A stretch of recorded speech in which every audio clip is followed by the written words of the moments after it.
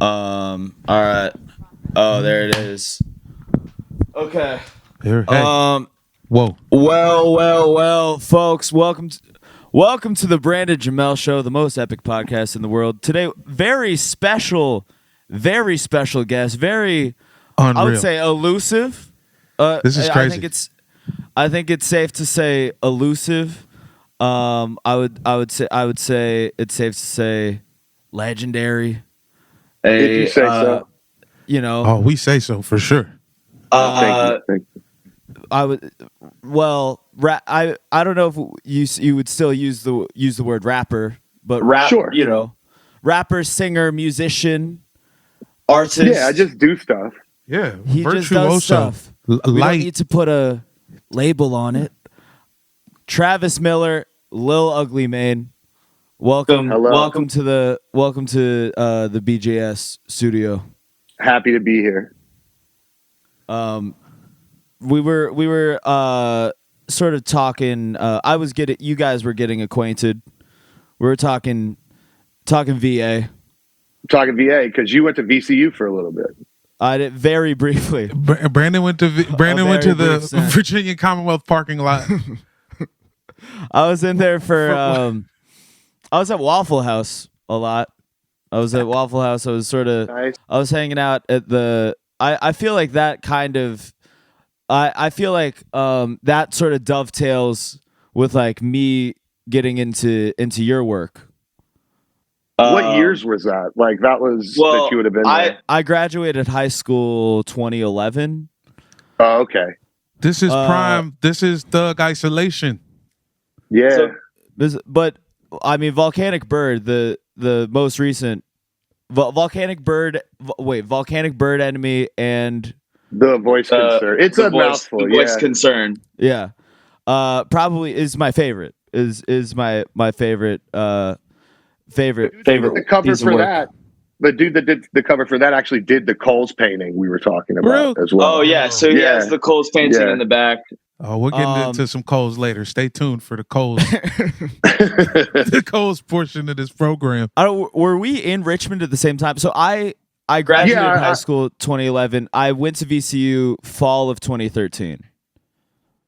Of 2013, I would have probably. Yeah, I was there for a little bit. I had just come back. I was in I move around a lot. I like to see the world. But I was in Philly for a while before that, and then I moved back to Richmond, and I went to Baltimore for a very brief time. And that's actually where I recorded most of Thug Isolation. And then I moved back to Richmond, and I was there for a hot minute. So I would have been there in 2013 for sure. I was definitely there in 2013. No, this is the era that where people are. I think that was the time where people are like, oh, did you know it's actually a white guy doing this stuff? Yeah, dude, that was none of that was like a strategic marketing plan. Right. I just didn't. I don't know. I just didn't put my face on anything. Well, I just found out you was white today. I got on the screen. I was like, "Oh, what?" That's no, I mean, that was just I didn't want to put my face on shit because it was it felt. I don't know. I never wanted to. You mentioned me being elusive. I don't know. I don't like all of the stuff. Yeah, you're not vain. You're not a vain guy. I always felt corny. If I was gonna pose on the side of a disheveled building or something, let me get the shot real quick, I was just I don't know. I've always felt like that project was just something else, and it didn't necessarily have to be so intrinsically attached to me. It could sort of exist in something separate. it was an isolated thug. It was isolated. It was an isolated incident that has turned into the past decade, 14 years of my fucking life. But so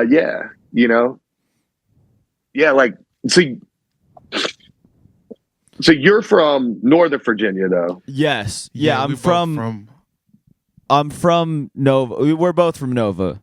which is different. I mean, this was covered in the chart-topping song "Rich Men North of Richmond." Yeah. Yes. See, I'm from like Virginia Beach originally and then Richmond. And like I feel like regionally it's like there's the beach, there's Richmond, and then there's Nova. Northern Virginia, yeah. Yes. And but that's also included in like the DMV. Like people call it. Yeah. And I don't like as a Virginian person who like lived in the beach in Richmond, I never heard anybody call it DMV except people from Northern Virginia. Yeah, because you weren't in the DMV. I would say that's like actual Virginia. Like, I don't even like to say I'm from Virginia because I'm so close to DC and we act so particular about it being connected to DC. Hoodbridge? Oh yeah, for sure. That's what they called it. Yeah, Woodbridge was Goodbridge. Woodbridge was Goodbridge. Yeah, like no, I mean like I got a lot of homies up there. But that was just always a different like I went up there, like that was DC to me. I was in DC. Yeah. Like that wasn't necessarily Virginia to me. Even though it's a different highway. Because that's where all it's all the government contractors and all that.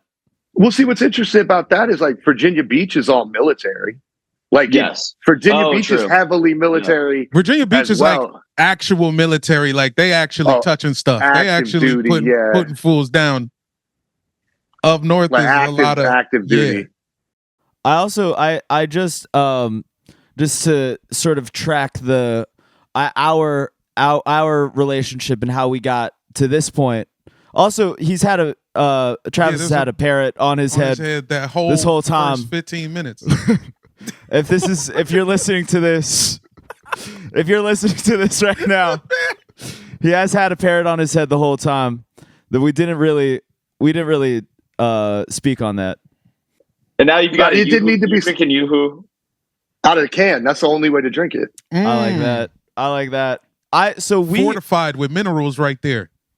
Yeah, we got to this point because I've been a fan of yours for a long time, and we were mutuals on Instagram. And I realized I was scrolling back. You hit me January last year. You started the conversation. You were like, "Want to do a show together?" No, we talked before that. Did we talk before that? This is where it says it starts. Wow. Is Brandon, what you doing? What you doing? Deleting files over there, Brandon? January. I don't know. Did we talk before that? Yeah.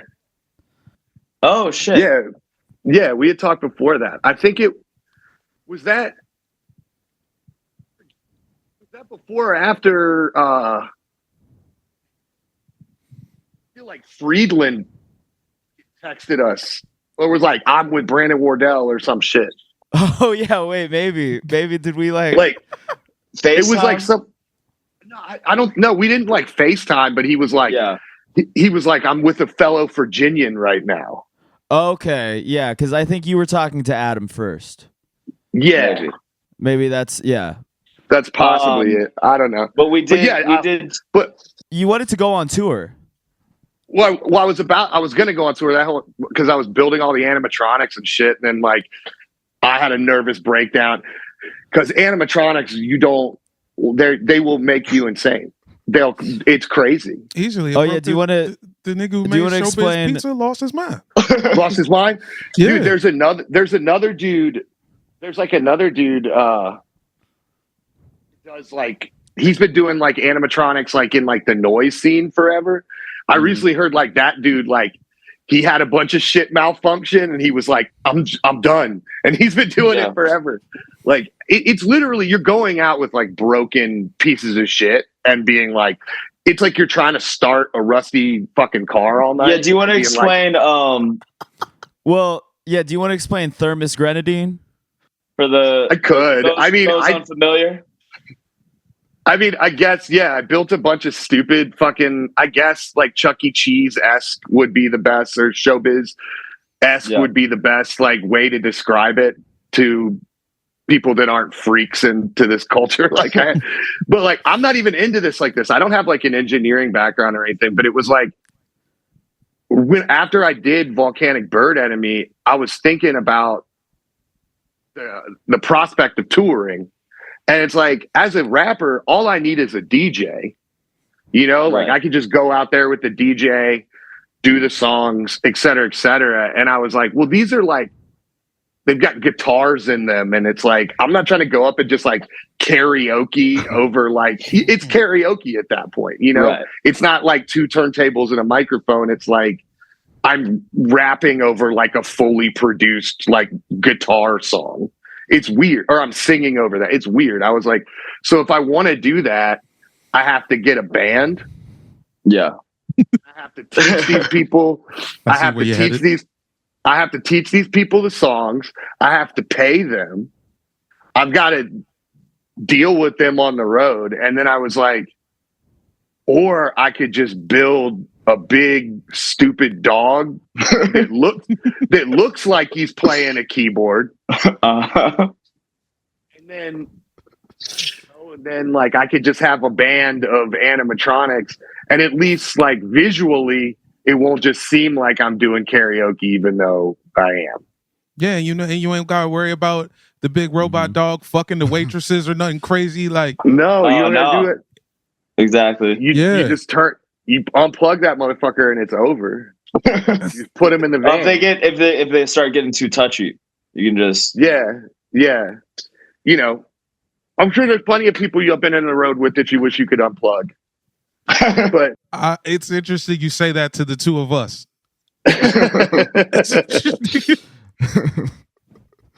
Yeah, it's just the two of us, really. It'd just be the two of us. It's just us. There's nobody. There's no TM. Yeah. I mean, yeah, dude. I don't know. So I was doing that shit, and it broke me. It like physically broke me because I was like I said, I have no background in programming these things. I was just like, I could do that. How did you pull that up? You have to just be an autodidact and figure out just was like, fucking Chuck E. Cheese computers. Yeah. I got some like broken ones. Well, I got a couple bicycle pumps, tape them hoes together, get to work. Got some like broken down, like half stripped up, like animatronics off of eBay from some dude in like Pennsylvania who like we drove up and got him, and like it's like, yeah, I don't think they work. He was like, I thought they were like some Christmas decorations, and like I tried to plug them in, but the plugs it looks like a hose. I don't know what and I was like, you know, and the lucky thing was like a lot of these didn't need a ton of repair. Like, but I completely like stripped them down and like cast latex and like made different faces for them, and like, because I don't even know what the fuck that's crazy. Because I didn't know what the fuck they were supposed to be initially. They looked like some weird, like fake Dr. Seuss looking thing when I got them.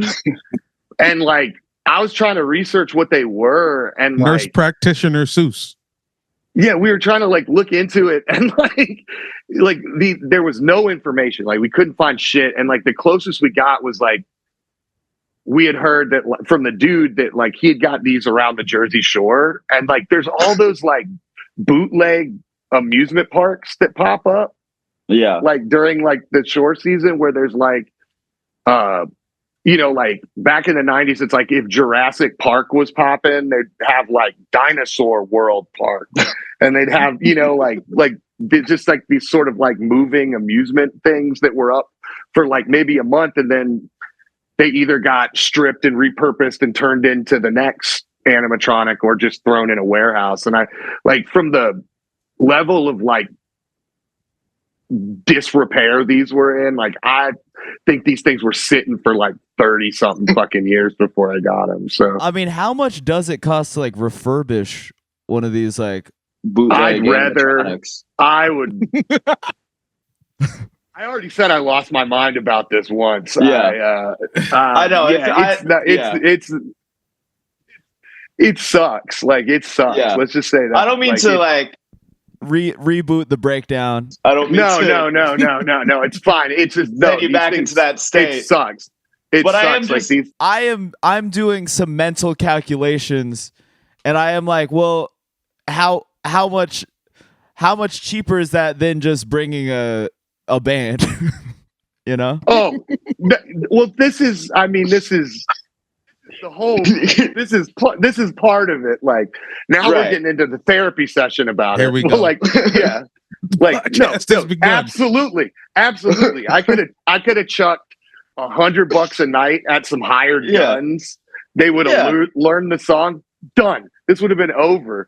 But there's some hungry instrumentalists. Yeah. Just like some guy that's like, there's tons of dudes in LA that are just like, I play guitar, and that's all. Like, and you're like, well, what band are you in? They're like, whatever band you need me to be. Yeah, whatever. I dress like Spider-Man on the weekdays. Whatever. I'll stop doing that. Exactly. Like, there's tons of dudes like that. I could have done that. That would have been that would have been the rational decision for me to do. But so I felt like it lended to the, being honest, I felt like the animatronics fit the whole aesthetic of that record. Yeah. I thought it would have made sense. I like taking, I feel like to operate, like the way I accomplish things is through delusions of grandeur. Like as far as like my accomplishments, like I think anyone within the entertainment field whatsoever has to operate within some level of delusion where it's like, I could do that. And it's like, that it's like, I don't know if I can do that. Right. You trick yourself.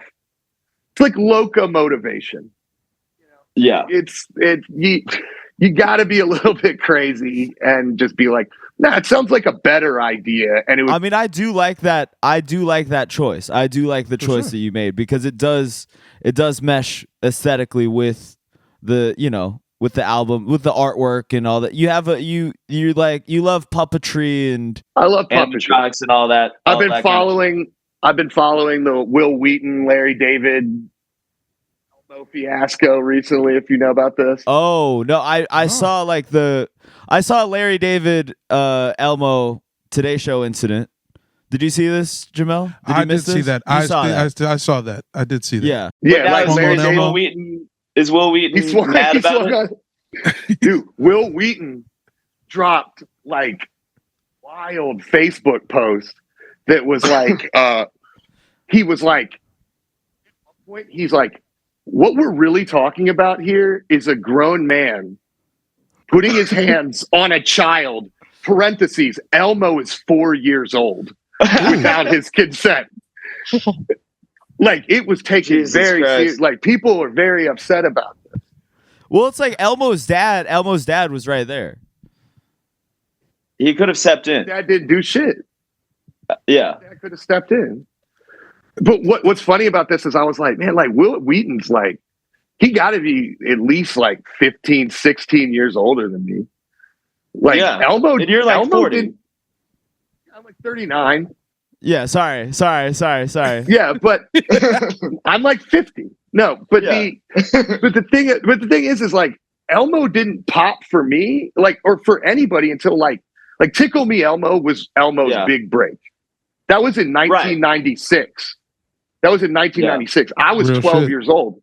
Yeah. I was 12 years old. Will Wheaton must have been 24. Right. Yeah. No, that's like not even his era of Sesame Street. That's not even like, I remember Grover like being the guy. As far as Grover was the guy in the 90s. Yeah, in the 80s, like Grover was the dude, and then Elmo like kind of buckets. No, that's actually Elmo is sort of a delineation point with like a lot of. I feel like a lot of Sesame Street fans were like, "Oh, this kind of became it." Elmo's world sort of colonized Sesame Street as a whole, where it's like he was getting like a little too much play, and I think that's a problem that like a lot of Sesame Street fans had. You know what's crazy about this? And so I was looking up, I was like, because I was like, I really don't remember Elmo being like a big character when I was a kid watching Sesame Street. Like that was like, he popped when I was in middle school. So I was like looking up his like Wikipedia, and apparently there's a long lineage of like, he's been passed from puppeteer. Yeah. And like on the Wikipedia, like they talk about, hold on, I actually have it because I was just reading this. Dude, this quote. It's got a long monitor in the back. He's in the Elmo Control Center. Oh, it's a dual monitor. Got a big dual monitor. I have this up because I was just reading this, but it says in the history. Hold on, this is wild. Like, so it's like he was performed by this guy Brian Mule from 80 to 84, and then. Solid run. Later Richard Hunt from 84 to 85. Upon Mueller's departure in 1985, Hunt was so frustrated with the puppet, he squeezed it and threw it at another puppeteer. So Elmo's been getting his ass beat since the mid 80s. So like maybe it's possible to not look so hard at Larry David in this situation. And maybe be like, what is Elmo doing? To have all of these violent situations continuously, you know, arrive at his doorstep. Elmo's going on Facebook Live and listen. He's going on Facebook Live, wilding. Yeah, that's I don't know. It's just a very funny situation for a bunch of people to get mad that Larry David punched Elmo as a bit. I didn't know that. People were up in arms about that. I didn't know that Will Wheaton was. So I feel like I haven't kept up with Will Wheaton. I haven't either. The only reason I know about this is because of the Elmo bit. I just was following. Because I was like, this is funny. People are like mad that this puppet got slapped on TV. And I'm like, well, didn't we spend the 90s like beating up Barney into like a hack bit? Yes. Like, which is something that 90s burning that bit. We did an episode about the Barney doc with our buddy Felix, which is depressing. Yeah, I mean, it's like, did you see the doc? Yeah, I saw it. Yeah, it's depressing. Okay, yeah, no, because people were so cruel about Barney. People were like, it was crazy that was such a big thing in the 90s. Is like, I hate baby shows. It's fuck Barney. Like, fuck this man. Like, no, it's really like that. Like, I mean, maybe Larry's just trying to revive the bit. Yeah, and that's fun.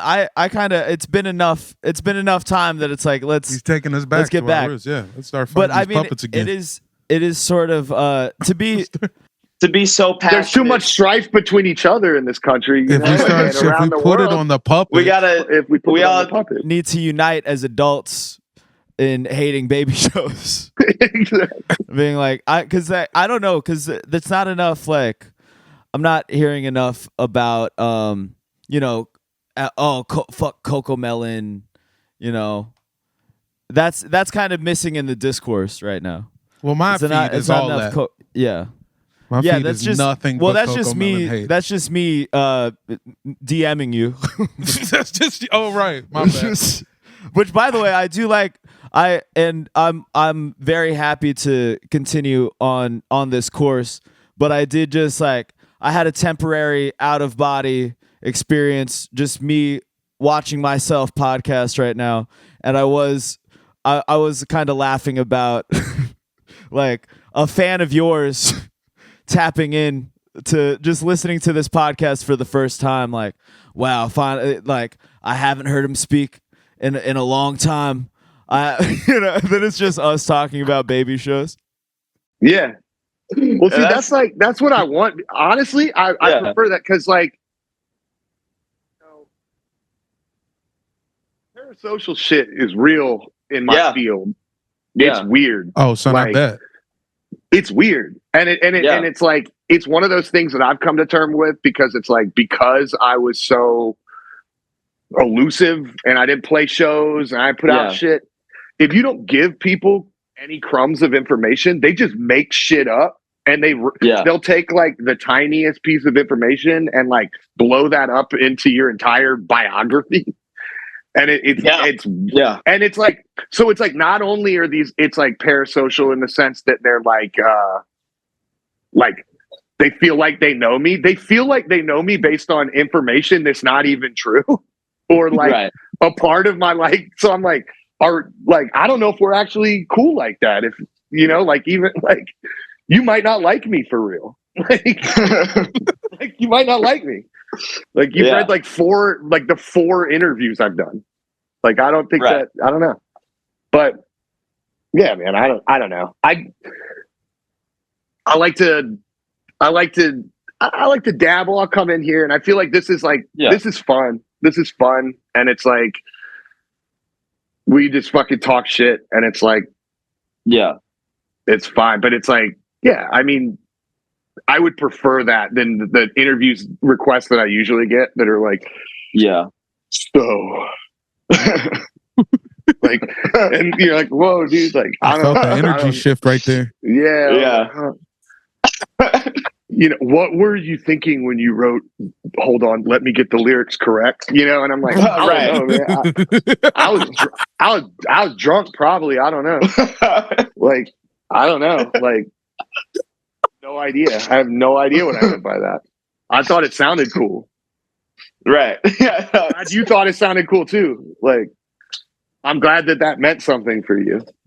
That's cool. We all got to link back in VA one day. Let's all go to the Kohls next to Potomac Mills. Oh. You have no idea how much I love Kohls. When I saw that on your wall, I was like, this is about to be the time of my life. I was selling weed for like a year and a half, and I had saved like 10 grand in Black Friday. Oh, you got some chaps? I got the full set of chaps, everything. I got all the flannels. I got all the different color Izod sweaters. I went and got everything. And I went and then proceeded to talk about Kohls on stage for a decade. Oh yeah, you've been trying to get sponsored by Kohls for a long time. Kohls, please. I remember getting roasted about chaps for the first time because I was like, it says Polo on it. Yeah. Polo, right? And they're like, nah. It's different. It's like, it's the Kohls version. It's you could at least go to Marshall's or TJ Maxx and get some Ralph Lauren. Yeah, like an actual Kohls, but it's still better than a Beverly Hills Polo Club though. Or U.S. Beverly Polo Hills Association.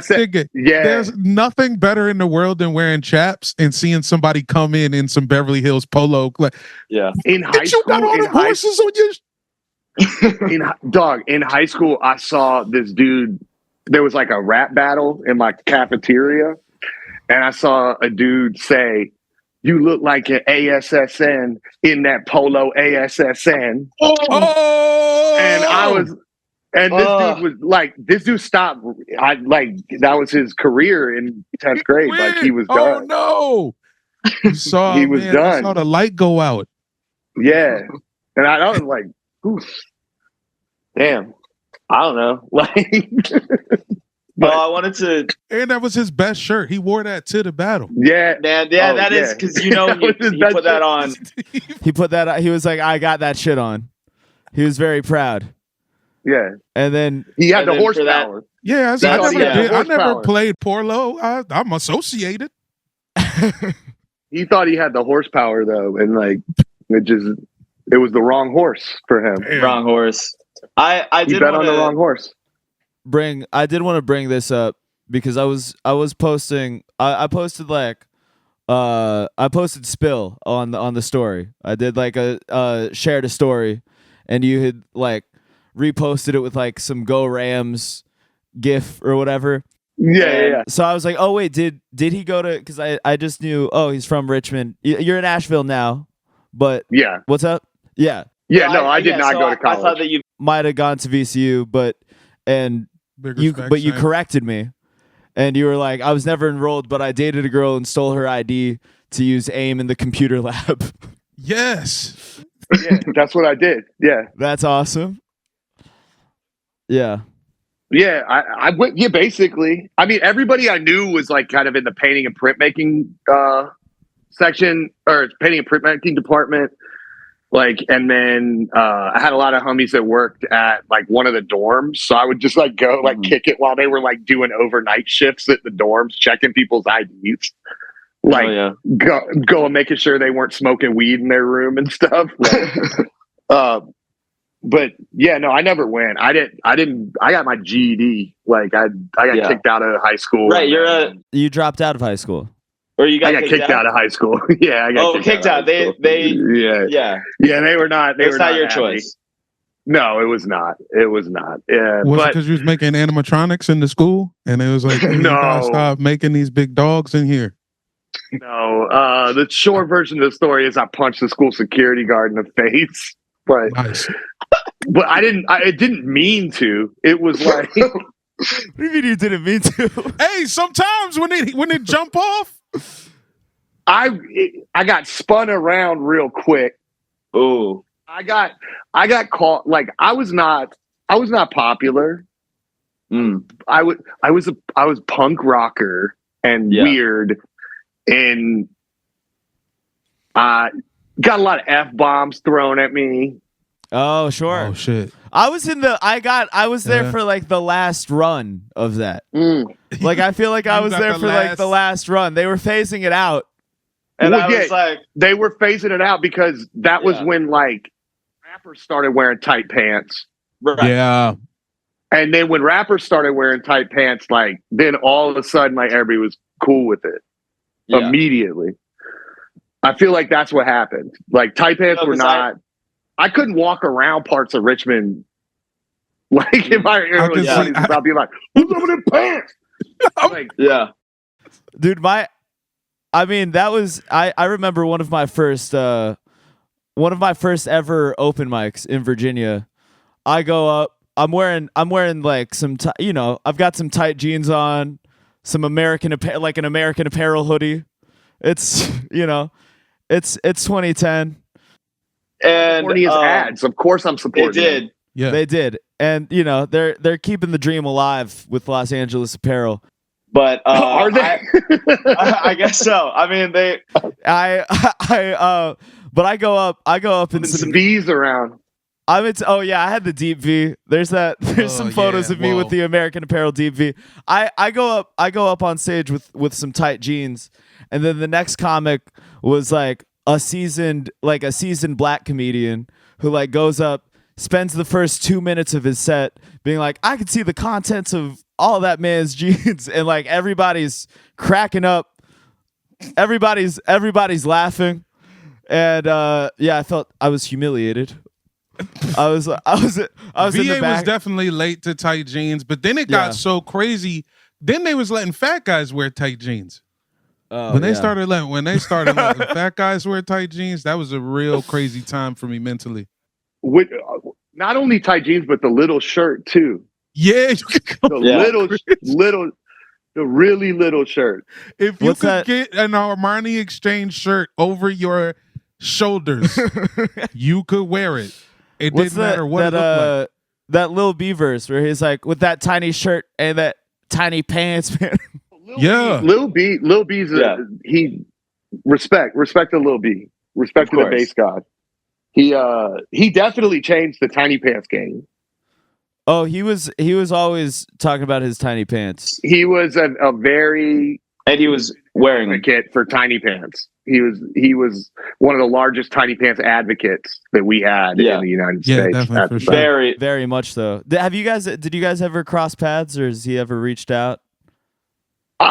No. Like, I mean, we've never been in the same room. It's like I know him, but like, I feel like by the time I moved out to LA, like he was already like not just like he was already just in the studio. He wasn't really like doing a lot of stuff coming out. Like I missed the whole like renaissance of like California LB fucking Lil B. Yeah, I mean, I reached out. I did reach out to. I don't know. Have you sent him a foot pic? I haven't. I haven't sent the I Heart Lil B with the on the feet, but I did. Yeah, you did. Like there was a night. I did. Okay. There might have been an attachment. It dissolved. It was one of those dissolving ones. I did email him about podcasting, and he was like, he was initially receptive, and he quoted a joke. He was like, he like misquoted a joke, but it was like, let me search Dior paint on my on here. But it fell apart because he here it is. I emailed him in 2020 and it was like, Lil B, I'm a huge fan, would love to podcast, blah blah blah. And he goes, "Hey legend, love you. Let's def talk soon. Give me some dates and I will make it happen. I wish there was a grinder for guys like me. Other straight dudes." Legend. That's sick. Yeah. And then he sends his number. He goes, "That's me." Sick. Says we should also make a song to promote your podcast. And then as soon as we started texting, he was like, "Can you send me a list of the questions?" And then once I didn't have that, he kind of he ghosted. Oh, so he wanted he was like, "These are the questions that I will answer." Yeah, like I don't think he wanted to have a freewheeling conversation the way we are. All right, yeah, which I understand. Look, time I've done a print interview with anything, yeah, they're always like, "I want to make it conversational, like we're gonna do this," and I'm like, "I need you to email me the questions and I will fill them out like I'm doing like a test at school." Right. And I'll be generous with my responses. Like I'll answer your questions, but like I feel like outside of context like this with interviews, there's so much like so like what do you think about, like they're gonna pull some like weird shit on me, like right or something. I don't know. I'm paranoid. That's probably just me. But I'm just I get it. No, motherfuckers, they miss. Well, but it's like quick. Well, that's the thing too. Is like in these things, like unless like somebody's like, "Hey man, like edit that, like put a timestamp on there or not." Don't say that. Like they will literally just paraphrase. They won't actually quote you. They'll write an article and just paraphrase a bunch of shit you said into like 2 sentences and miss the entire point of what you're saying, and that's right. All that they'll say. And I'm like, there's also no tone, like tonally you can't convey tone via text. Well, for sure. And as like the type of artist I am that doesn't do a lot of this shit, that's not right. like that intentionally doesn't have a platform where I'll be like, "When I read this like I'm not going to do that." So I'm sort of like relying on trust of whoever I'm working with, like as far as like that, and also the other thing is like, it's never really about marketing to me. It's just more like, this will be fun. Like I'll do that. Like, it seems cool. Like, sure, I'll do an interview. Like you seem like you'll ask me interesting questions and I'm willing to at least see what those questions are going to be. But I definitely know people that are like, "All right, so we're going to do this podcast, right? But these are the 6 things you're allowed to ask me." Right. And it's like, I don't know. Like, I totally get it. I think Lil B didn't want us to bring up the feet. I think that's what it was. And I wasn't going to. I wasn't really planning on it. I actually, honestly, in retrospect, should have just made it. I apologize to Lil B for bringing up the feet on this podcast. I wasn't. It's a very prominent part of his Instagram. He's posting 100 pictures a day of So, and I have nothing but love. Look, yeah, like you do that. Look, I believe that it's with good intention. Have you seen what he's on now? What his I don't know. Nah. His new album, Winged Wheelchair Squad. It's like, whoa. It's a bunch of like anime girls, like anime babes with like angel wings. They're all like in wheelchairs. Like the dude from like the Burger King Kid Club. Yeah. Wheels. Wheels. Young Wheels. Yeah. Wheels. But it's like it's like anime girls and they're all in wheelchairs. Yes. Yeah. I respect. This is cool. I respect that. Yeah. I respect that. I think people.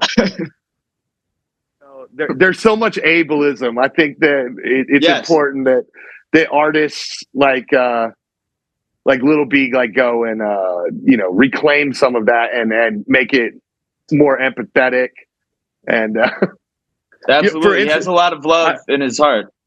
I've got up here. I've got my. Oh, she's bending over, showing ass. You see that? There it is. Out the wheelchair? Oh boy. See, I've got my found this not too long ago. Oh wow. My help retarded children. Wow. Whoa. My help retarded children gumball machine from back in the day. I was collecting gumball machines. This was outside of Kroger. Yeah, hold that up. Midlothian. I just was hitting antique store, and I couldn't let this fall into the wrong hands. Yeah, nah. Yeah. You can't let this. Someone could do evil with this gumball machine. So I got it. It's being preserved appropriately. And what I did is, instead of doing evil, I filled it with buttons I made of my homie's face. and that's what I do. And he doesn't like it. He doesn't like Where'd you find that? It was in an antique store. VA? Yeah. I just had an antique store. Nah, yeah, it was. Yeah, I mean, Tappahannock. Yeah. No. Like this is in North Carolina. I'm in North Carolina. I'm out in the sticks. I'm not quite out in the sticks right now. I want to go back to the sticks. I miss being out in the country. Like right now, it kind of sucks. Like I'm in Asheville. Like when I first moved down here, it was during the pandemic, and like I was out on top of a mountain. Like they're treacherous driveway. Like couldn't leave in the winter. Like it was like fucked up. Dang. But at the same time, I kind of liked the restriction of it. Like I kind of like being sort of quarantined in a way. Like pandemic aside, I kind of enjoyed being quarantined. It's almost like you don't build a fence in your backyard because your dog's bad. You do it because he might go out and get lost. He might get into trouble. Like I feel that way about myself. I like to put the fence up. And I'm out in the sticks. Like I can't do anything. Like I'm just here. Dog, I need to be in the city. I need those little city trips. I need to go out for a juice, and then I need to go back out for like some blunts, and then I need to go back out for like a different juice, and then I like to line them all up. Yeah. See, I like to go and stockpile Yoo-hoo cans, and then I just always have Yoo-hoo, and I never have to think about it. Just I like you're just slamming cans of Yoo-hoo in the Elmo control center. You got Elmo on all the screens. Getting after it. Is it you got that monitor back there behind you too? You got a Betamax going? Oh, this joint? Yeah. Oh, this is a Commodore 64. Oh shit. Whoa. Yeah, it's like this is just I use this as a synthesizer sometimes. Oh wow. Should look like Red Dawn. I like the old. I'm a computer nerd. Look, dude. Look over here. Look, I got the. Yeah. Oh wow! I got the Tandy 1000. Son, I used to play SimCity on that Tandy. Yeah, no, I mean that's so like my thing that I've been on for the past like. I don't know if you can tell that I have special interests that I get fixated on, but. Yeah, for the past like couple months, I've just been buying like old, out-of-date systems and attempting to get them online. Oh, like trying. Well, no, like trying. Like these are systems that were built before. They only have like dial-up modem capabilities, if they even have that. And so I'm trying to. I've been like, this is the Commodore 64 is Wi-Fi compatible, What? And like that's crazy. Yeah. Yeah, I can get on Chat GPT with this. What? Whoa. Yeah. That's Hold up. Fucked up. It's fucked up. Can you go to 23 is back? Can you go to No, it's weird. It's weird because it's like you don't have like internet browsers. So it's like all within terminal. So like you're having to dial into these websites through like terminal access. And then it's just text. And sometimes if websites are old enough, they'll be like the old like bitmap pictures and shit that you could see. I guess it's not bitmap, it's called like ANSI or ASCII art, but like yeah, I don't know. This is what I don't know. I don't know what I'm doing ever. ASCII. No, I'm fucking with it. I've never heard it. I've never heard ASCII aloud. I've only ever read it. I didn't know. Yeah, ASCII. That makes it. That's for those not in the know. Those that are not tech whizzes. It's when it's the art that's like it's all fucking letters, characters. All the characters on the keyboard. Yeah. Yeah, and you make like I would always see it on message boards. People just like turn it into a penis. It was a lot of penis.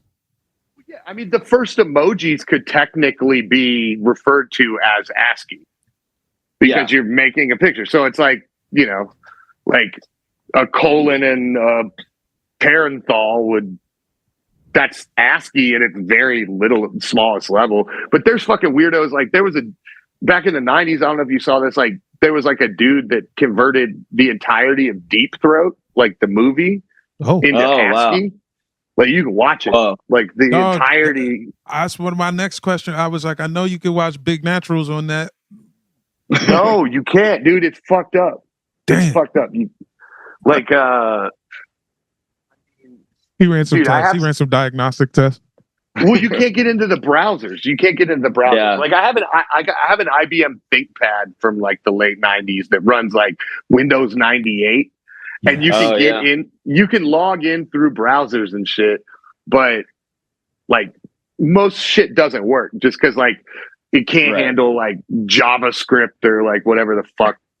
Bro, shout out to ThinkPad, the only computer with a clitoris. It's true. They got the little knob on it. Oh, the little that little thing. You got one right back here. Yeah. The little red knob. That's how ladies. You know your man. You know he could lay it down if he got a trackball in the crib. Yeah. No, that was you're. Well, we all remember when the your uncle would take you out, give you the ThinkPad, and teach you how to handle it right.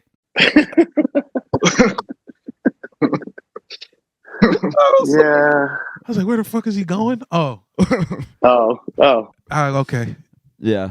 Yeah. I mean, I don't know. Like, yeah, I live in the sticks. I fucking buy weird shit. And that's like what I. Well, Asheville is like you're in the city though. I'm kind of in the city. I'm like, it's a cool hippie city. It's fine. Is it still hippie? Yeah, it's mostly really. It's mostly like it's mostly hippie. There's a lot of like it's like everything's a little bit crystal oriented. Like everything. Yeah. Yeah. Like even when you think it's not, like you'll be talking and then like something will come up and it's like you're suddenly talking about astrology and you're like, wait, well, I don't know I don't know how that happened. I'm trying to check out at Target. I had a coupon that I was trying to run. Yeah. I'm at Kohls right now. Yeah, please. I don't know. So that's like, I don't know. That's like, yeah, that's my life right now. It's like, I'm not even really like, I'm working on shit. Like I'm always constantly working on shit, but I'm kind of just like, I sort of just want to, how do I explain?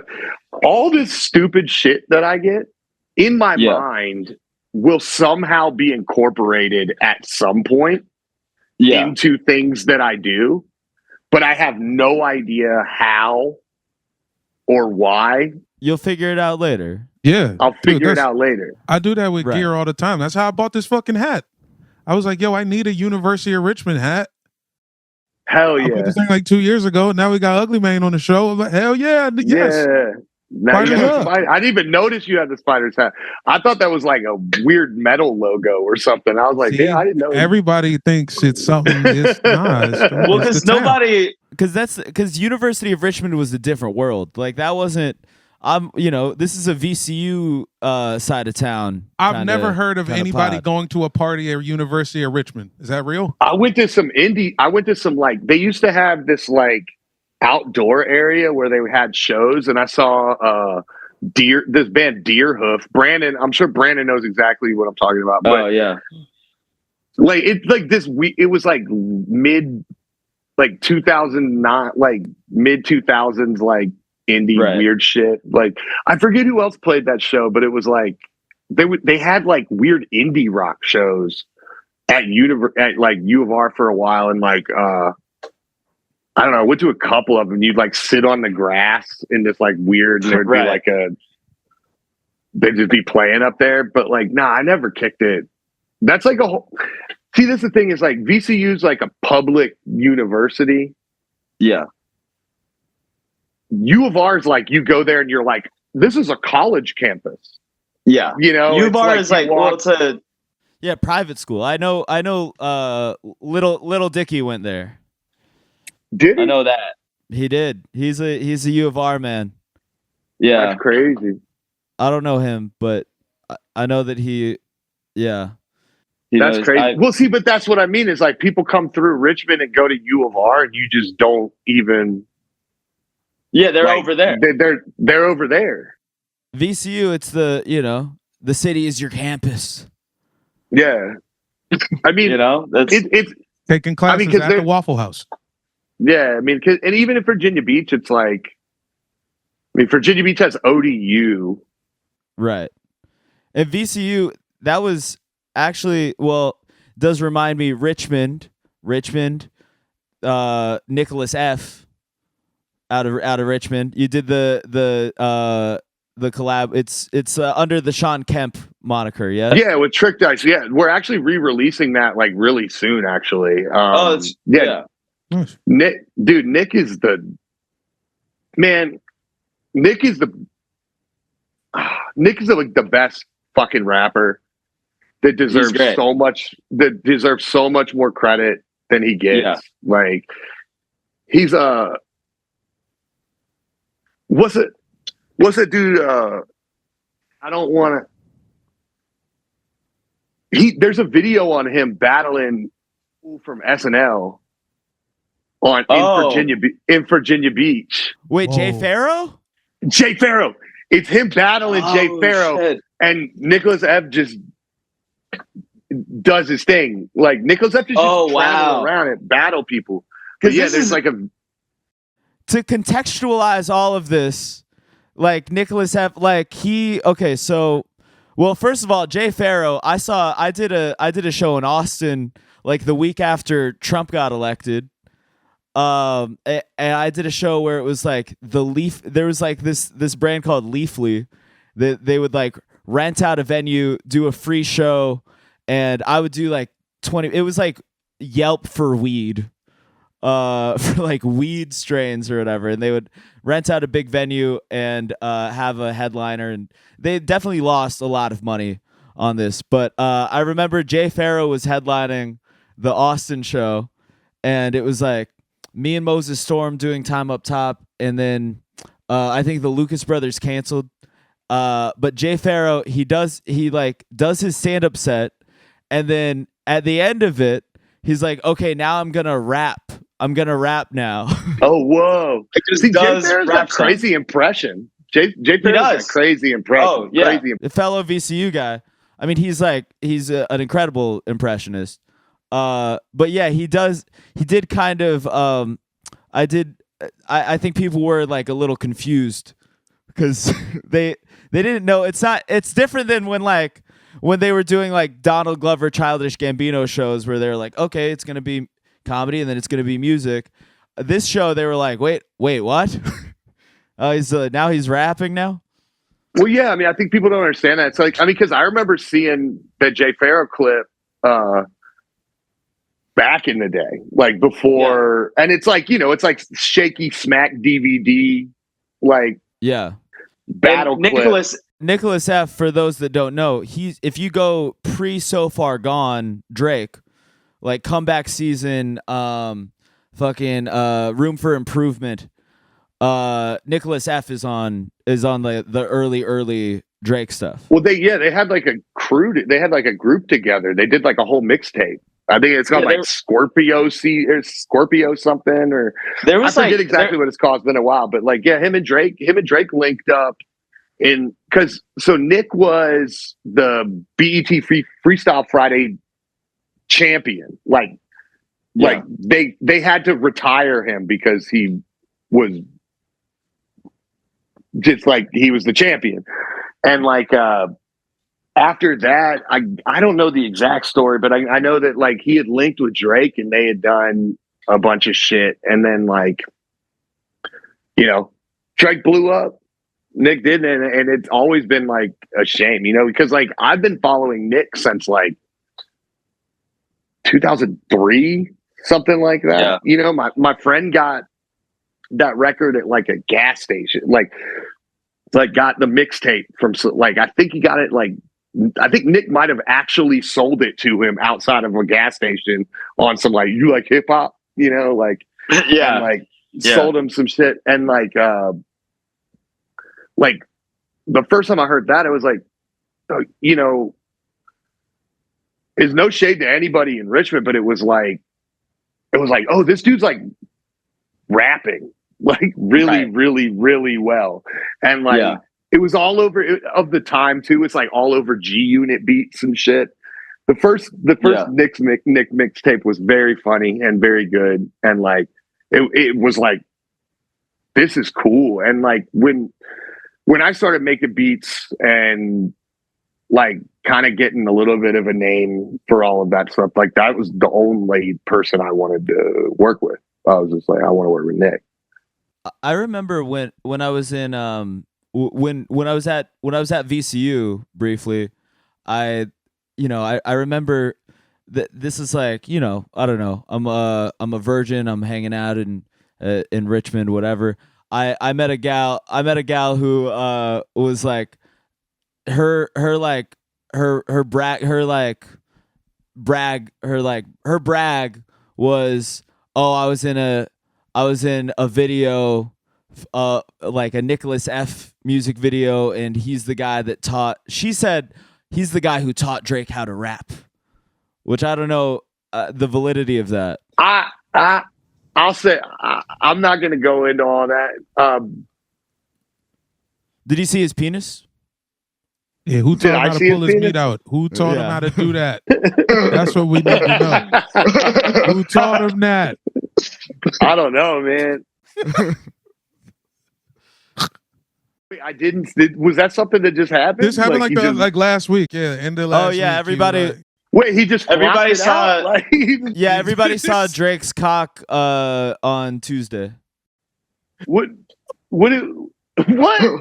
No, he didn't. It leaked. There was a leak. It was a video that leaked. Yo, what's up? It's Drake. Hold on. I didn't know he didn't just do it on a live stream or something. No, I don't know nothing about this. No, that'd be. I'll send you the link. It's all You don't want to see it? It's really. I guess. Yeah. He's already got it loaded. The thing about it is Brandon's already got the links copied, ready to paste for you. So yeah, it'd be faster to just show it to you than to not show it. Yeah.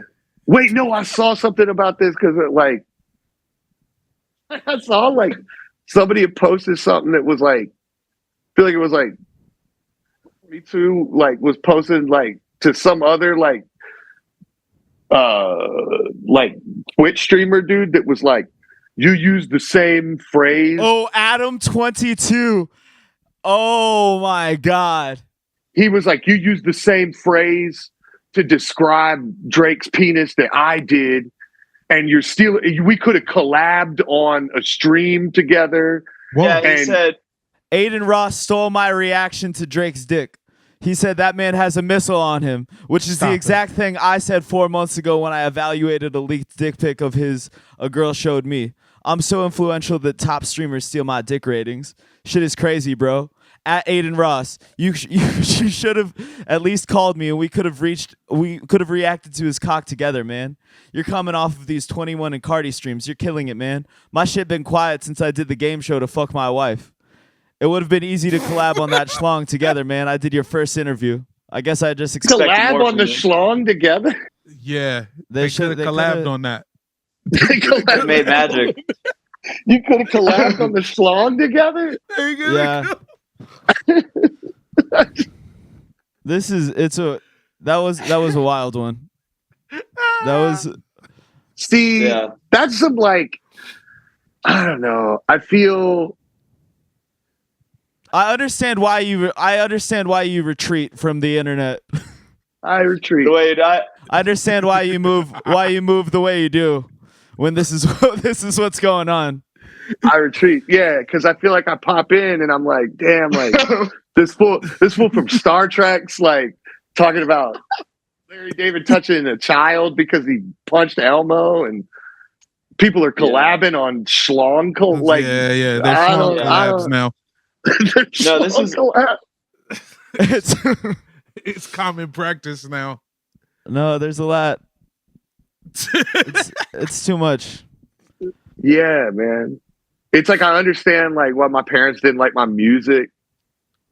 You know, I understand. I feel. It makes me feel old. Like it makes me feel like, yeah. I don't. That's wild. That's cool. Like I haven't. You know, if you want to schlong collab with anybody, like, you know, collab. Make that collab. You know, like get your reps on the phone and line it up. You know what I'm saying? Line it up. You know, like your manager will talk to my manager. We'll talk to their people and like make this collab happen. Yeah, we'll let's get the collab to happen. Yeah, we'll get the collab to happen. That's wild, though. It's just like I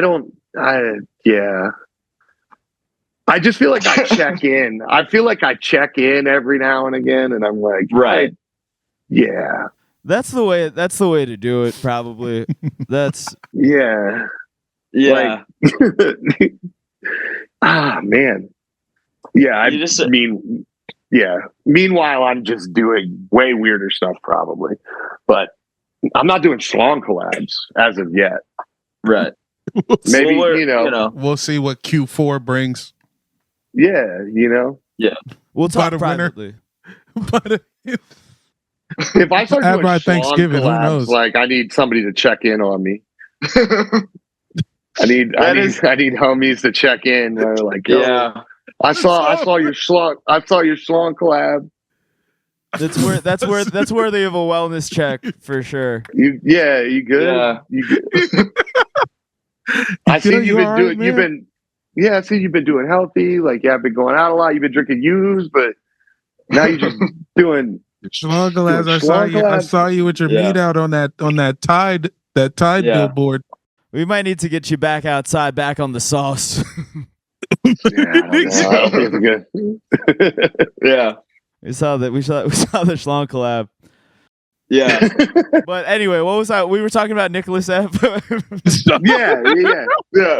No, so I don't know if he taught how to rap, but I definitely know that, like, Nick is still, Nick's still like a voice in that man's life as far as like rap goes, like, and because Nick's he's crazy. He's a crazy rapper.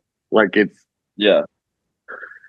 and he's making moves. He's making moves right now. Like he was up doing a bunch of shit in New York recently, and like with like Static Select and like Terminology and all these people. So it's like, that's cool. It's like, I love to see him like, doing stuff like that. Cause I don't know. in a weird way, I almost feel shitty at times because like I don't take like I've never taken the full like what's the word? Like I've never fully like accepted like offers that I've gotten or like things. Right. I say no to fucking everything, and it's like, well, thank you for saying yes. Hey, so it's it feels like sometimes it feels shitty when it's like you see like somebody that really like they deserve it way more than you, and you're just out, and I'm just out here being like, fuck all that, you know what I mean? Like I'm not doing, I'm not gonna do a feature, I'm not gonna do a beat for you, you know, and it's like, you've probably left a lot of money on the table, yeah? Yeah. Without saying, like because it was like, but the cost is your freedom, brother. Yeah, it's gonna make you wear a dress for that bread, bro. It's gonna put you in a dress, man. We're gonna do the humiliation ritual as a white guy. That'd be crazy. I mean, that was what can you speak on anything that you've turned down? I mean, just I can't like. I mean, I feel like there's just been a lot of people over the years that I've been like, yeah, that sounds cool, and then it just fades and it fizzles because I don't actually. I mean, before we even set like 20 minutes before this podcast was on, I was like, I don't think you know. And I was like, I'm gonna get my Yoo-hoo set up. It's easy. This has been easy and fun. Yeah, it's been fine. No, this has been fine. But it's like, but for me, it's like I have a tendency to like. It's not that I'm being flaky, or it's not that I just generally am like, I don't know why. Because I feel like a lot with even the position I'm in, there's a lot of imposter syndrome, and there's a lot of what the absurdity with it. Like what, like who, like I don't know. Like I don't really feel like I'm like, because I don't not like I'm up next. I've never felt like that. Like it's been like, oh shit, people like the record. That's crazy. Cool. Yeah, I sent you. I was telling you. You're in my top songs 2023 like a couple songs off. I mean, Porcelain Slightly is like my favorite. Dude, thank you. That's one of my favorites actually. I'm like obsessed with it, and I also like. This is such a like. I'm gonna sound very uneducated musically. This is not like, but what is that effect called where it's like the song comes out of one speaker and then the other? Oh, just panning. Yeah, panning. Yeah. I panned it. Yeah. It starts off with a nice pan. Yeah. And no, I was willing to put myself. I don't look. People are gonna hear that and think, Brandon, you fucking dullard, you fucking dolt. No, the panning is. But it works on the panning works on me every time. Yeah, I feel like it's utilized, but it's also underutilized. It's like it's a good way. I feel like the panning is like a way to almost like do like a breakdown in a song without actually having to like lose any of the instrumentations, because it's just like you're taking out one side, you're taking out the other side, and it's like here's everything. So it's fun.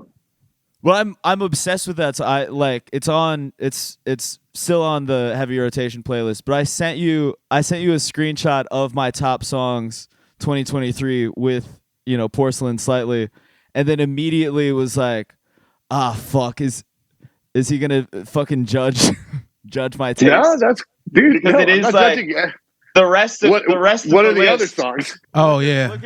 Look at what else is on. A bunch of nonsense. I mean, it's nothing crazy, but it's just like I feel like I don't know what any of that is. I don't know. It's like it's a bunch of like Olivia Rodrigo and like, you know, it's like a lot of poppy stuff. Some baby girl foolishness. Yeah, some baby girl stuff. That's cool. I feel like people think that I'm pretentious sometimes when like I don't know what something is, like that's like big. Like I feel like there's been something, but I'm literally I have no idea most of the time. And it's not like it's an active decision to like I feel like it's left over like weird. It's in between angst. It's in between Porcelain Slightly is right in between First Person Shooter, Drake and J. Cole, and the Charlie XCX Barbie song. Okay, I know both of those. Okay. Well, I know both of those all of those artists. But like I feel like I generally it's like people will be like they won't believe me that I don't know something. Yeah. But it's not from a place of like it's not from like it's not from a place. I think it's slightly left over from like teen angst and like punk like there's nothing good on the radio. And like where I actively like didn't listen to the radio for a while, but like I don't know, there's lots of pop that I like and like there's lots of like shit that I'm like this is cool. I don't know. I feel like I'm like still just kind of like I feel like with music, I'm always looking backwards. I'm never looking like contemporary, like in like a contemporary zone. I'm always just like, what's this song from like 1930? This just sounds crazy. I don't know. Like, I'm just like, I don't know. Like I it's hard for me to stay contemporary. Like I don't know how to do that. Because I feel like that takes. I can imagine you listening to Great Depression slaps for fun. For sure. Well, but it's for sure. Like, but it's like I can't. I feel like it's almost like remaining contemporary and like knowing what's going on is like a chore. It's like an active like because it's also a losing game. Fast. It's like you can't do it. Like I can't. There's like a couple. Like there's songs on there that are you know we're on top 40, but like I'm not. My finger is not on the pulse the way it was when I was like 23. And it's like, why? But it shouldn't be. It also shouldn't, like, my finger shouldn't be fully on the pulse. Like, it's like, I'll check the pulse every now and then, but like, my finger can't stay on the pulse. Like, I have, you know. It moves too quick. I'm 31. Yeah, it moves too quick. And I can't keep up. Too quick. I feel like, I don't, like, I'll hear about something and they're like, it'll be months after it was cool and it's no longer cool. And I'll be like, have you guys heard this? Like I've had like that experience too. Like not only like have I had to like you guys heard this Mo Bamba song? Yeah, exactly. Exactly. Like, yo, this shit slaps. This is crazy. But then it's basically I'm playing the Macarena for people and being like fucking like I'm very out of touch. I'm an extremely out of touch person. But you're in touch with yourself, and that's what's important. I think that, like, in a subconscious way, like, I feel like that helps me musically because it, like, I'm not necessarily, like, directly influenced by a lot of stuff that's, like, happening or something. It's like I'm like, what was that song I liked in 7th grade? Like that's like, you know, like that's more where I'm pulling from. Yeah, where did you get these the conversation at the end of the Orange Over? I was listening to Orange Over. And it's like a 2-minute convo at the end. This shit is so funny. Was that did you have some friends record that or was that a tape? That was I found a voicemail tape at this spot called Love of Jesus Thrift in Richmond, Virginia, Southside. And this was, I don't know. I found this like 15, 20 years ago. And it's like, well, the first half of that tape that's not on there is like some guy talking mad dirty, like, well, I'm gonna come over there. I'm gonna take the panties off, and like, but it's all like garbled and shit. And then it beeps, and it's an old lady being like, "Hello, what you doing over there?" And it's like, it's just some guy being like, "I don't know if you know about the ferrets.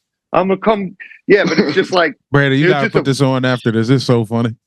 It's just a voicemail that I found. It's a voicemail tape, like from an answering machine. Answering machine tape. No, I'm saying voicemail, but like it's like an old answering machine tape. Because I used to like. One of the things that I would do when I would go to thrift stores is if I found blank tapes or tapes that looked like homemade, homemade, I would always just buy them because I'm like, who knows what the fuck is on this? True. Same thing with VHSs. Like you find a VHS that's like got a little that's like Christmas '92. I'm buying it. You know, like if it's like just like other people's home videos. Yeah, I was buying all that shit because it's my memories now. Yeah, you never. What you gave them to a thrift store? Yeah, yeah, that's public domain, Holmes. It's public domain. So like, I would always buy those, and like, you find so much weird shit on like found footage like that, and it's like some of it's like better than like movies that I've seen. Like it's like the best movie I've ever seen. I've got this one tape it's a video yearbook from Midlothian High School in Richmond from 1992, and it's just their it's a video yearbook, so they're going around interviewing students about like current trends and things. It's at least a once a month to every 2 months watch for me. It's like one of my favorite movies. Guys bragging about having Bugle Boy jeans. A lot of dudes just like, I got my Bugle Boys on. Yeah, but then it's just teenagers doing all of this. It's the yearbook staff filming, so it's edited terribly, you know. And so it's like half of it's like, this year at Midlothian, we really cared about school spirit. Here's what some of our students have to say about school spirit. And they just cut to somebody and they're like, I think it's cool. And then they cut to somebody else and they're like, yeah, for sure. Like, it's like the worst. Some dude who's mad nervous on camera, like, it's just like, I think it's cool. You're like, yeah, it's sick. Like, I'm glad this made it to the final cutting room floor and like got into the video. Like, there's like 20 minutes at the beginning where it's not 20 minutes. I'm exaggerating. It's like 5 minutes at the beginning. They keep cutting back to these two dudes doing Beavis and Butthead impressions. And they're just yeah.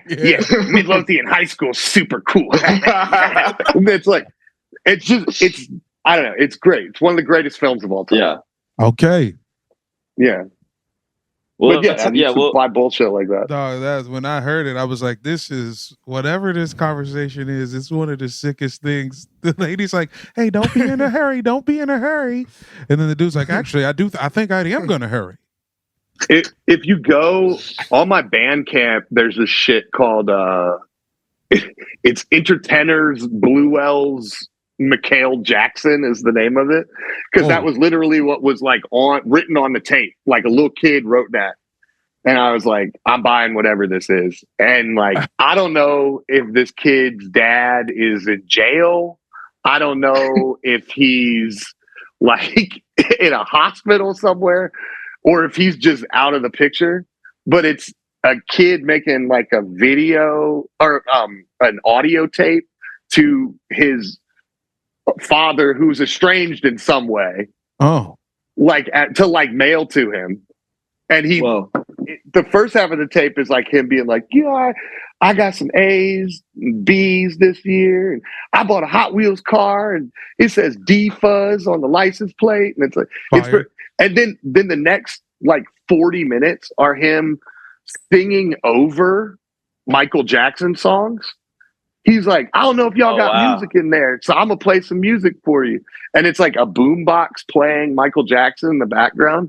And him actually doing a very, very impressive Michael Jackson over, but it's like an 8-year-old kid. Crazy. It's like 35 minutes long. It's probably one of my favorite. But I uploaded it a couple years ago because I was like, I just go put this out there. Yeah, like, let's just sit it in the streets need it. Yeah, need that. Yeah, he like plays piano kind of shitty for a minute. He like tries to play like the song from the Sting, like the he like tries to play that on the piano for a little bit, and he's like, "Oops, I messed up. I'm sorry." And then there's like one part where he talks about like how he got a dog, but then they had to kill the dog. Oh, because like the dog like got out, and then the neighbors snitched on them, and so they killed the dog or something. It's compelling. It's literature, really. I mean, it's you know, I don't know. Went on a journey. Of humanity. Facts. Yeah. That's I don't know. That's shit that interests me. Feels as Richmond, VA as it gets too. Yes, it's like I got that peak Richmond. Yeah, man. I wonder what happened to that kid. I hope he's okay. Yeah, same shit. We gotta run him down. We might have to get him on the pod for a little follow up. I wish there was any possible way, because there's no names. There's no way. Mentioned. There's no way to There's no way. track. There's no names. There's no names. It's like basically the tape is like written with like crayon on the front. Insane. Like they're I can't, and it's obviously it's like from the like what the tape looks like, it's obviously like 86 or 87 that this is being recorded. So you have a lot of found footage that you're sitting on that you could like play with, you could sample, but you don't make you haven't put out any videos, right? No. I mean there was like some like Russian dudes that like made like a very throw them guns bootleg, not unofficial. Everything thinks it's official. Hey, they did a great job. Yeah. But it was like, that was not me. Like those dudes put a budget down and like made a very kind of weird unofficial video of some dude in 4K walking down the street with a fucking gun for like the whole song. I'm like, all right, I guess that's cool. I saw you you did a post about it where you're like, this is not me. I would not make a video where it's just a guy walking around with a gun. Like, oh yeah, look at this cool shit. yeah. Like I wouldn't have done that. Like I would have had a different creative direction for whatever I made. But do you like to just like sort of save that for the live show, or for the? I mean, again, it's like I feel like I said at the beginning. It's like I always felt like I never wanted to be in the videos. Like I think it just would be weird. I feel like to be like an MC in a video. Like I just don't feel like that, I feel like I love that culture too much to to just fully go and be like, I'm an MC in the video and that, like I don't want to be that. Like I just feel like I've always like tried to separate myself like as like this is, I don't know, this is like a parallel reality of Alias or something like and I think for me, if I were to do a video, like I don't know, I've never had a good idea for one. Like I've just never known how to like, because I feel like it would either be it would be something like cinematic or something, which I don't really necessarily want to do, or like, I don't know. I just have never had a good idea for one, so I've just never done it. I've been pitched stuff, like people have wanted to do stuff, and I just was like, I mean, you can make it and put it online. I don't like, you want to do that? Like, I don't care. Like, you don't need to take all. I don't need to get paid for that. Like, live your dreams. That's something, that's something that's like really weird. I get a lot, and I would have never thought about this in high school, but like I get a lot of emails from like high school kids that are like, hey, I'm doing a project for science class. Would it be okay if I used one of your songs in the science class? And I'm like, what song? Yeah. Wait. But any of them. Like, it's like, sure. Yeah. For your science, I don't think we need to like work out a licensing agreement for your science project. It's going to be seen by like 24 other students. Right. And maybe do that. Like that would have been like, like I had a project I remember in like middle school where I used the MIDI file of shaped box by Nirvana. It was like a shitty like MIDI on like a slideshow. That would have been me being like, yo, guys, like, are you okay with me using this? Yeah. Kurt at nirvana.com. Yeah. Is this all right if I use this? Like it's weird, and I feel like I wouldn't even have thought of it. Right. But it's weird because I feel like that's how these kids all have their own brands, and like they're like, shit, my video might be like my science experiment video might go viral, and then like his people are gonna come for me or something, which I guess is real. But like, if your science project in 7th grade goes viral and my song's in it, like I will not come for you. Which like that's fine. That's my type of found footage. Class projects with music in them. Oh. I remember I had Jurassic 5 on a Spanish 2 project. So stupid. I feel like that was like when you started going into the multimedia shit. Yeah. It was like almost like a way to do a little bit more work by doing a little bit less work. You're like, I was like, look, like the slideshow, like all the information's technically there, but like I'm really gonna get the A because when I put the sauce on it. When I put the sauce on it, when I drop this Jurassic 5 song on here, when I put quality control on this, they're gonna be like, Jamel's really creative. He's probably that's gonna what go I thought, into entertainment. Son. Yeah, I was like, man, Letterman gonna see this and he's gonna come get me. Man. Well, yeah, because you feel like you cracked the code. Yeah, because you're like, no, I made school fun.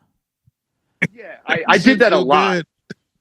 I would try to do like if I had to do a report of anything, I'd be like, well, can I do like a video report or so? And it would be a way of me thinking that I was like kind of gaming the system. Like I wasn't going to actually have to sit down and write something, and I could just like make like a 5-minute quasi entertaining thing that had like, these are the facts. Like in 4th grade, I did a report about Mars that was like, I got my cousins to come over and we set up the video camera, and I put red saran wrap over the lens. Okay. And we all got in like snow jackets and acted like astronauts in the backyard.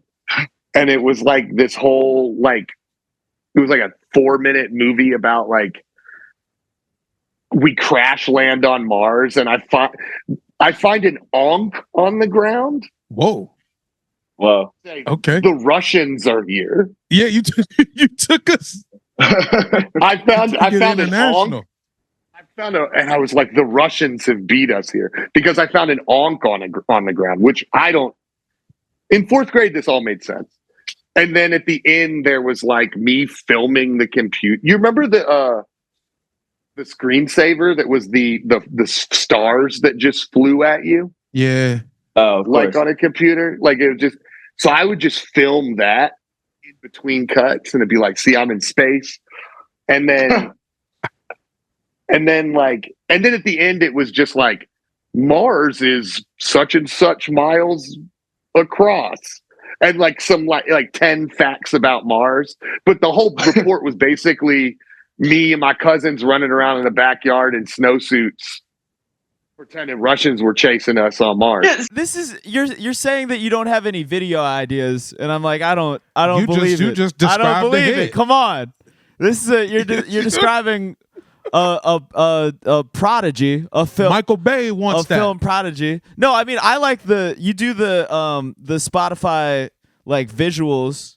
You do the like I was watching those too. The little Saddam Hussein puppet punching a flower, or etc. And I see that. I'm like, or any of the puppets. I'm like, I want to see a full music video. I would like to see it personally. I feel like it'll probably happen at one time. It's just like, again, like much like me getting a band, I'm very solitary as far as working goes. And so it's like anytime I feel like I bring anybody in the fold, it just crumbles because I'm like a psycho. And I'm trying to explain. I'm like, no, like I could just hold my phone and get Saddam Hussein to punch a flower. I don't need to like get a guy to like come in and do that. And it's like, I feel like if I were going to do anything that was like on like a grander level, I would obviously need somebody else to be working with me. And like, I don't know if I can. I don't know if I don't work well with others in that sense. Like it's just not something that works well for me. I mean, what wasn't one of the first like big viral moments was like you in a literal cave, right? Yeah. I played a so cave. It all kind of yeah, it makes sense. Yeah. Yeah, it was in San Francisco. There's these caves that are like down by the water. I forget what they're called, but a dude that I had known at the time had been like throwing like little shows in there. And I was like, he asked me if I wanted to, he'd fly me out. I could play this cave. And I was like, yeah, sure. I'll play in a cave. So I played in a cave. I don't know. There's like 50 people there. It was cool. Hell yeah. That was the second Ugly Mane show. But God damn. Are you gonna go back on road anytime soon? I don't think anytime soon. I want to work out some like one-nighters. Like that's really like, I'm not trying to tour really. Right. Like that's the shit that breaks me. Yeah. Like, and so I'm like, it's very spiritually depleting. It is. It's fucked up. And it's like, it's fun. I mean, but it's like, it's some shit that like, if I was 20 years younger, I would have be like, yeah, let's fucking go. But I'm like, I just want to be at my house kind of. And like, I don't really want to do that. Like, I don't know. And so I feel like right now I just kind of want to like work on shit. Like, I told like my dude that like books for me and does like runs all that shit for me. Like, I was like, when I'm ready to do something, I'll let you. You'll be the first one to know. Yeah. But it's like I'd much rather like stumble into like coming across and like being like, oh shit, this is how the show will work, rather than just like sit around and like beat my head about like, fuck, what's the next part of this, you know? Yeah. Because I mean, the thing with the animatronics is like, I'm writing a script and I'm performing by myself, but I'm like doing back and forths with robots. So like the timing is like fucking stupid. Yeah. It's dumb. It's a nightmare. So I'm like, once like that's taken care of, and I'm like, look, I got a good like fucking, 45-minute set. I can do that. Yeah. Like, I'd like to go and like do like 2 nights somewhere, right? And do that one show, and then how much of it? How when you with the set list? How much of it is the like? Well, because if you listen to like the first project and the last project, it sounds like 2 completely different guys. Like like how much of the like in terms of the set list distribution, how much of it is like the rap stuff and how much of it is like the indie rock stuff? Well, the way I was originally hoping for it to go was to be new stuff. Yeah. You know? And then like, I don't know, if there was an opportunity to encore, maybe I would do like an old song. But like I've been doing the same songs live for a decade. I don't want to do them really anymore. Of course. And so it's like, if I want to do the new stuff, but I don't necessarily want to do it. It has to be like this stupid specific way that it is in my brain that is hard to explain to anybody. On a related note, I was playing Benadryl Submarine at the basketball court and she was jamming. It was like, oh hell yeah! Some cats was looking up, and then it was like some dudes like setting up like a quinceañera at like the playground, and they kind of looked up like, oh, it'll pop at a quinceañera. Yeah, they was wondering what was up. They was looking. I should only play quinceañeras, honestly. Should be Kohls. I wanted to talk about this because we talked. We were texting about this. We were talking about how you wanted to do a couple comedy clubs. You wanted to do the show at a comedy club. Oh yeah. That was something that I wanted to do. Like on like like on an off night. It was like when we were originally booking this tour, I was like, I want to book Thermos Grenadine, like the animatronic, as an act at this thing. Yeah, like Magooby's Joke House. Yeah. I'm trying to go to like Magooby's and like just have this animatronic up on stage and have people be like, "Come on, man!" Like, you know, like you know what I mean? Like, I just thought that would have been fucking hilarious if I was playing Baltimore or something to be like, after the show we do a late show over at Magoo's with just the robot. Yeah, so that's talking shit like this, and then the guy in the crowd was like, "Come on, man." Yeah, like you got this robot dog in here. What's going on? I'm just imagining like a older black couple, like a guy like in mid-60s. A lady named Missy Vet. She just got her hair done. Yeah, and there's just a big orange robot dog doing like vaudeville routines. Like just it's terrible, you know. You know, Ernest, I told you we should have went to the movies, Ernest. You know, it's like, yeah, exactly. It's like, well, how long do you think we'll be on tour? And it's like, well, I'm the same length I am off tour. Like, it's bullshit like that. Just the most fucking dumb 1915 joke in the world. Like, for like 20 minutes. It's making me laugh right now. I do kind of want to see the shit. Oh man, yeah, that shit. Well, dude, thanks for coming on, man. Absolutely, man. It's been a blast. I hope we can do this in real life soon. Yeah. Let's you know, hang out in real life. Yeah, I'm gonna be out in LA at some point soon. Like I said, I was supposed to be out there really recently, but shit fell through. And then but I've got a bunch of friends out there. I've been meaning to like go visit again. So I gotta get a Nashville show popping. Oh, dude, Asheville's fucking weird. You got to get on that. I love it. Oh yeah, you told me about it. Wait, tell them about the bus. Dude, it's called like La Zoom Boom Room or some shit, but it's like a purple bus, like a party bus. And it's just like stand-ups doing a tour of Asheville. Like you just get a bunch of tourists on a bus and they're all drunk and you just are driving around like doing bits, but then occasionally have to be like, and this is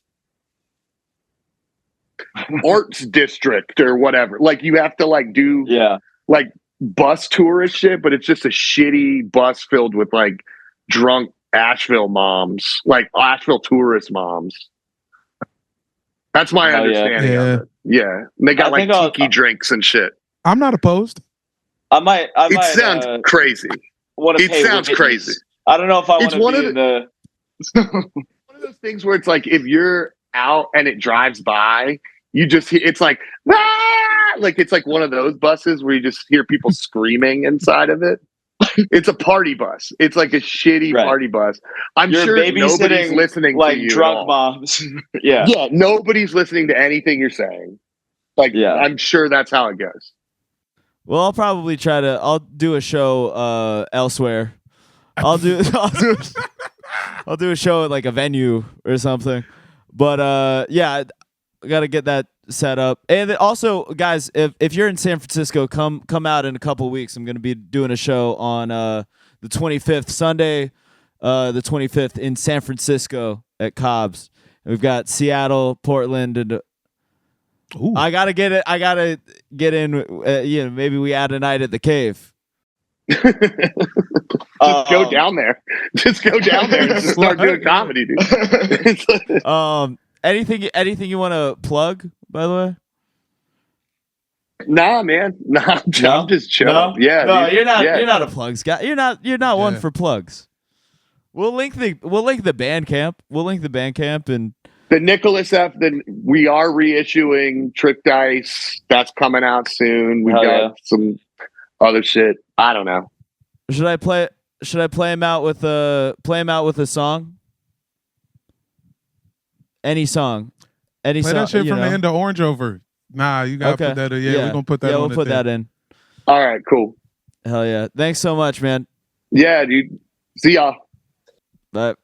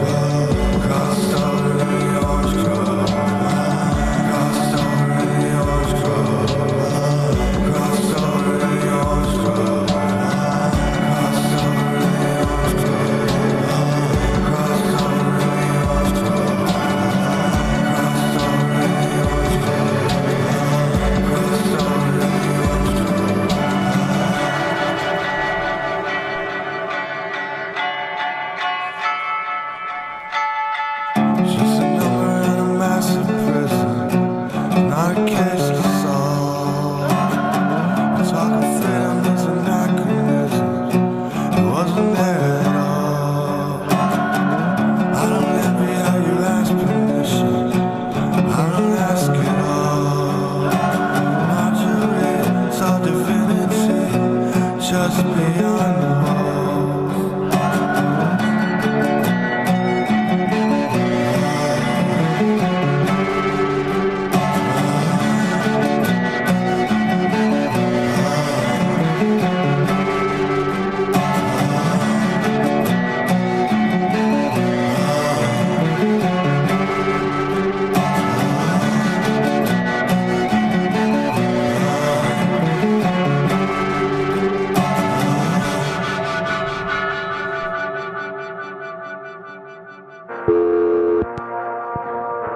Cleaned the ferrets yet. Yeah.